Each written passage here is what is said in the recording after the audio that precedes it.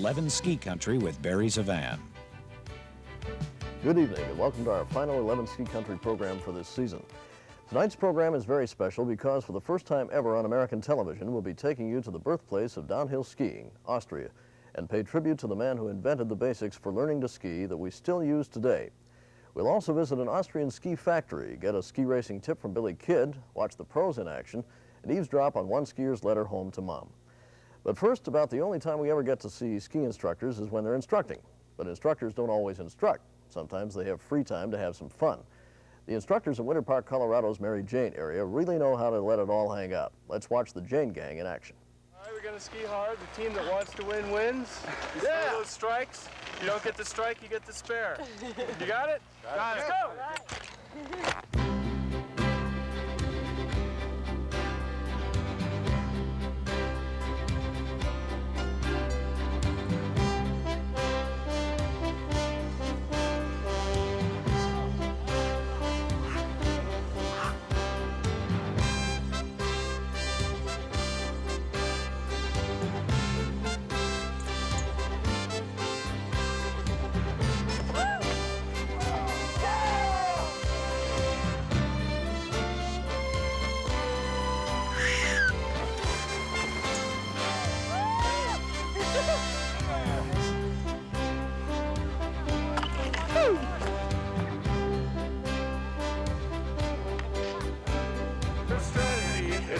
Survive the whoop-de-doos. In this little traverse, we have things that go like this.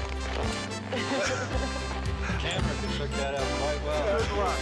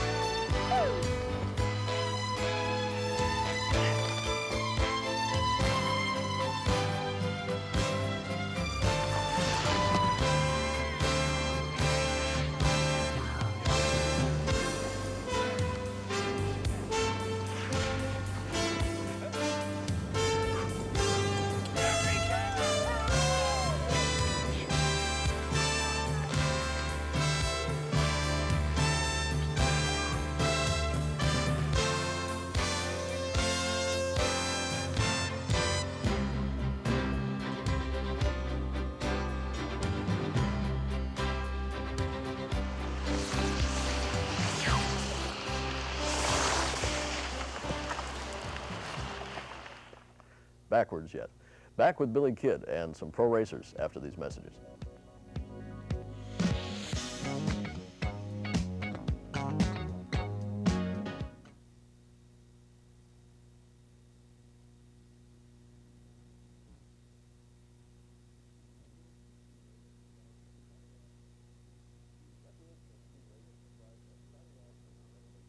Recreational ski racing provides an exciting aspect to recreational skiing. And our Billy Kidd has another recreational racing tip for us from Steamboat Springs, Colorado. Snowstorms and wind and bad visibility are all part of racing.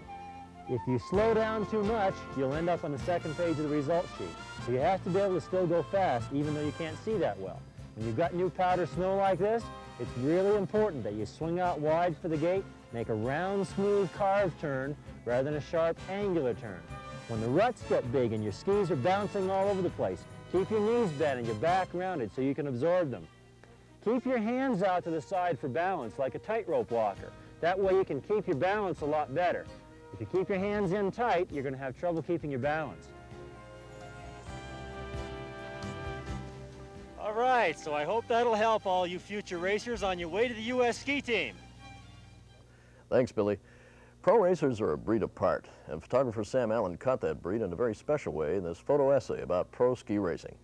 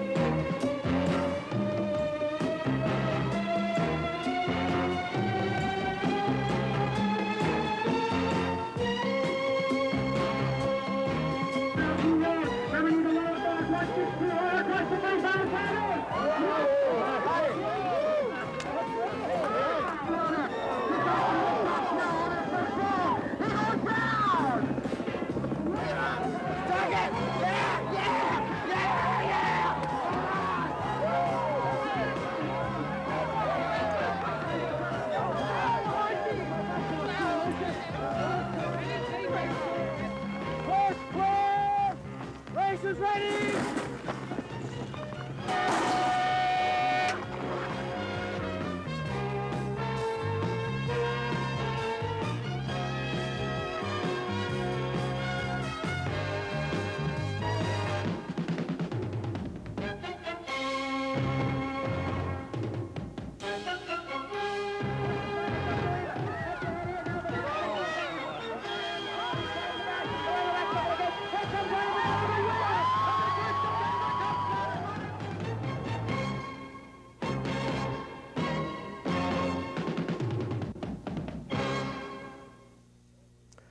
We'll be back with a look at the birthplace of downhill skiing and the man who invented it for the first time ever on American television after these messages.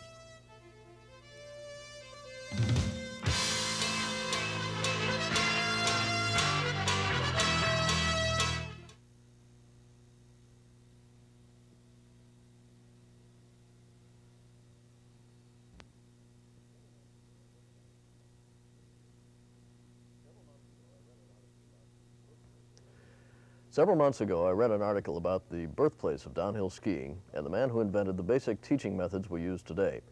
I thought it'd be exciting to be able to share a television visit to that place on 11 Ski Country.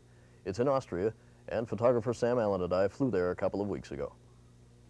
Ladies and gentlemen, your Lufthansa Flight 252 to Vienna is now ready for boarding. Boarding the plane from Frankfurt to Vienna, the last leg of a journey that would make ours the first American television crew to visit the birthplace of downhill skiing and pay tribute to the man who invented it. Lilienfeld, Austria is a village of 3,500 inhabitants, located 40 miles west of Vienna.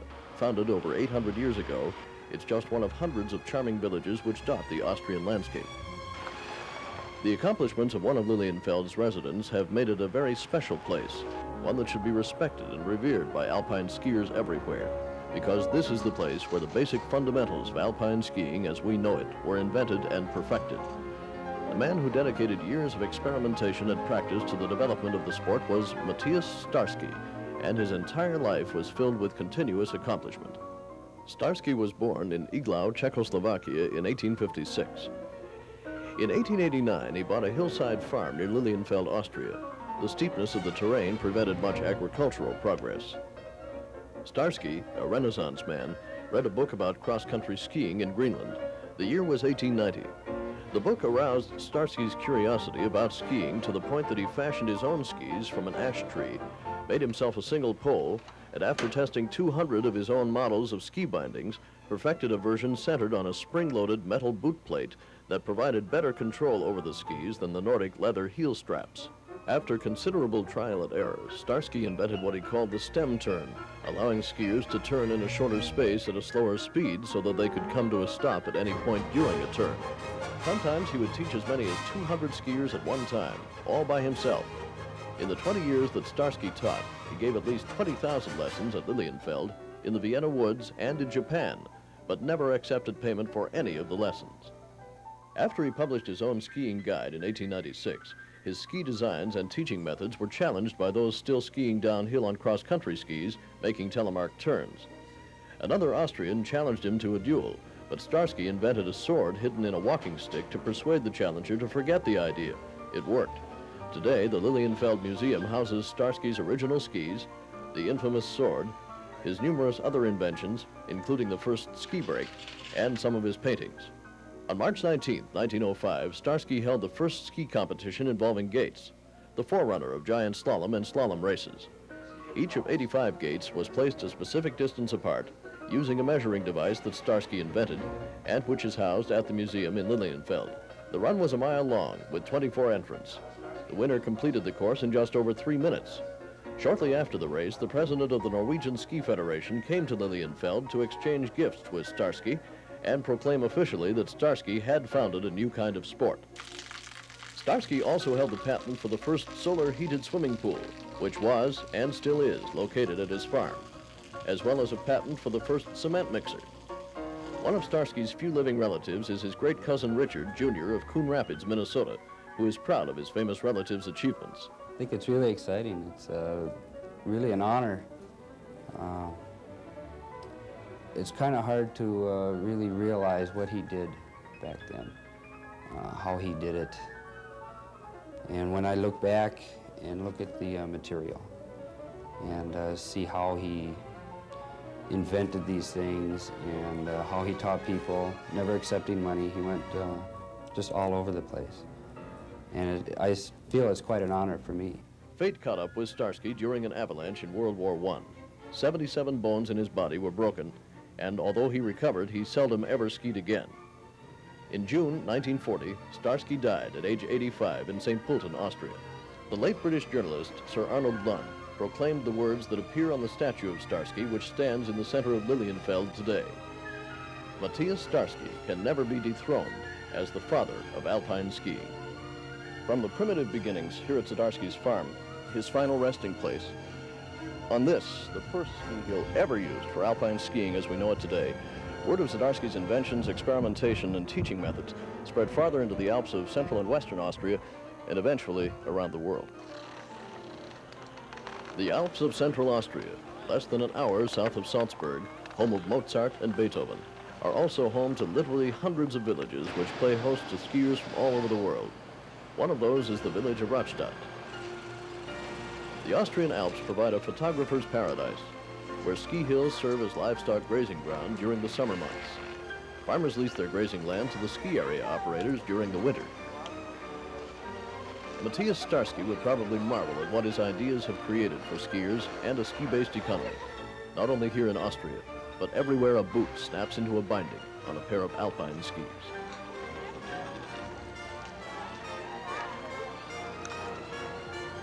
Special thanks to ski writer Morten Lund for the article which gave birth to our desire to visit Lilienfeld, and to Rick Starsky for his invaluable historic assistance. Since Matthias Starsky was the first downhill ski instructor, it only makes sense that Austria would be the home of a major ski manufacturing industry. Photographer Sam Allen and I visited one of those factories during our stay in Austria. The Alps of Austria not only house some of the world's best ski mountains and spectacular scenery, but also one of the world's largest ski factories in the village of Altenmarkt, less than an hour's drive south of Salzburg. Rupert Huber, a former ski racer on the pro circuit, has been an employee of the factory for 20 years and is chief of construction design. That here is the steel edge for cheap skis, for polyurethane skis. On the finished ski, for example, you just see 2 millimeters on the side, 2 millimeters on the base. There's more to a ski than the finished product. This factory makes its own tooling machines as well as the skis. The process begins with materials stored in refrigerated rooms, primarily fiberglass, for 15 months. Steel edges are then cut to correct lengths for the runs of skis to be manufactured at a given time.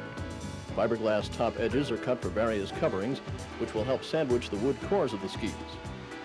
Running surfaces made from Ptex, a durable synthetic, are manufactured in Innsbruck, Vienna, and Linz, Austria, and then shipped to the factory to be cut to the sizes desired. Various machines cut the length of the skis, shape and file 10 pairs at a time. A ski former bends the wood, and cutting and shaping machines dig the grooves which will allow the edges to be set in place. The glue room holds skis for 10 days as the glue hardens with a coating of special powder. Alpine skis are not the only skis manufactured. Cross-country skis get their no-wax grooves with a press that heats the original base to the melting point, at which time a grooved form is pressed against the melted base.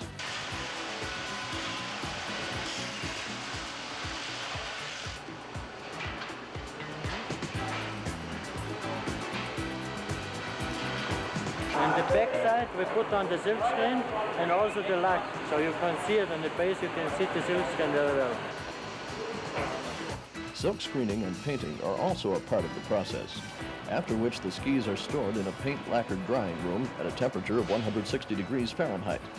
This happens to 700,000 pairs of skis per year, 100,000 of which will go to United States consumers.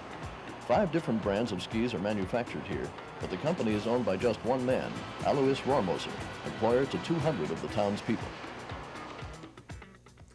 And sincere thanks to all in Austria who helped make the journey a productive one. Back with John Nickel and a letter home to Mom in just a moment.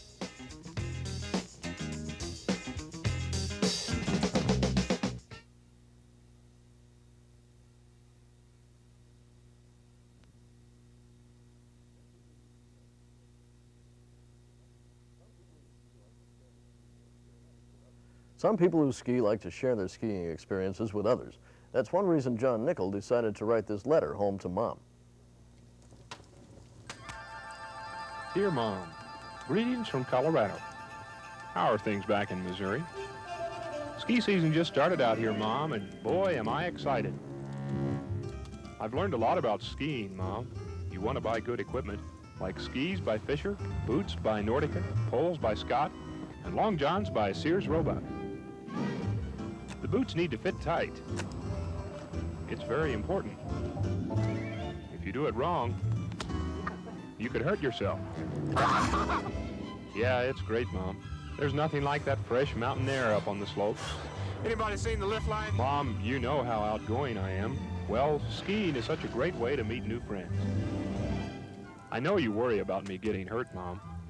No problem, Mom. I'm a natural. I picked it right up.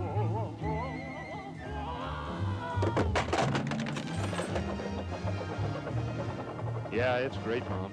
The wind stinging your cheeks, biting your nose, rushing through your hair as you speed through that new powder.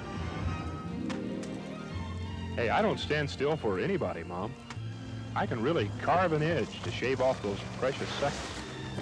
And I've really mastered the snowplow, Mom. Let me explain. The snowplow is a new technique we advanced skiers use for ultimate velocity. I bet that's different than a Missouri snowplow, huh? Ha, ha. They say it's really important to plant your poles. I must need some work on that because I keep running out of poles. I want to thank you, Mom, for teaching me to be friendly. It really helps make the day a lot of fun. Hi, how you doing? Great time, good snow, huh?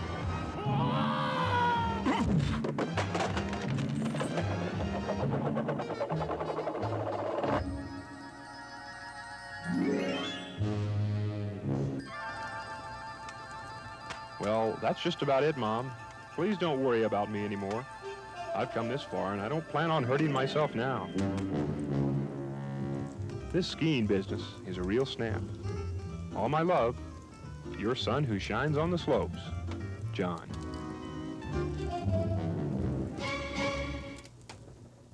That's fun.